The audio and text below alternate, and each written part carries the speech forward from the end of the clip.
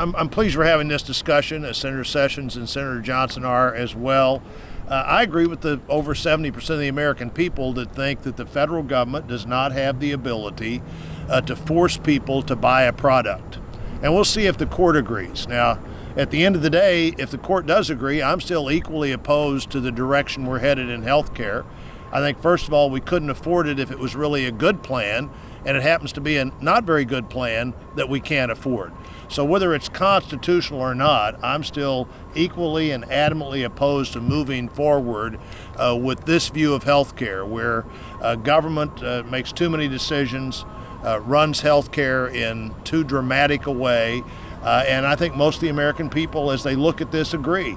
You know, we have that famous statement from the Speaker, we'll know what's in the bill after we pass it. The truth is, we won't know what this bill allows until it's implemented. There are all kinds of rules and regulations that would come down, almost all of which restrict the ability of the American people to direct their own health care. Maybe the big fundamental case before the court is whether or not the government can tell people they have to buy a product, they have to participate in a system, an insurance system they otherwise wouldn't participate in. And of course, if the government can tell people that, where's the line of what they couldn't tell people? And so there's a big constitutional question here. But once that constitutional question is resolved, then there's still even a greater question of whether or not we want the government to take over the health care decisions of the American people in the way that this bill will absolutely guarantee the government does. And so we're here at an important moment. No matter what the court decides, it may not be the final moment in a big debate about health care. There are lots of things we could do to make this system work better. You know, the false choice is not, well, we can go with the president's health care plan or we can do nothing.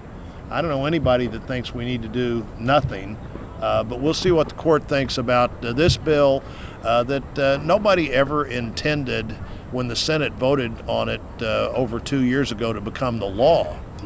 This was a bill that was a vehicle to get to conference, to work with the House, and then finally produce a bill. That's why there's the famous severability clause, where the Congress always says if they think there's a chance that part of the law might be declared unconstitutional, they always say, well, the rest of the law could stand on its own without this.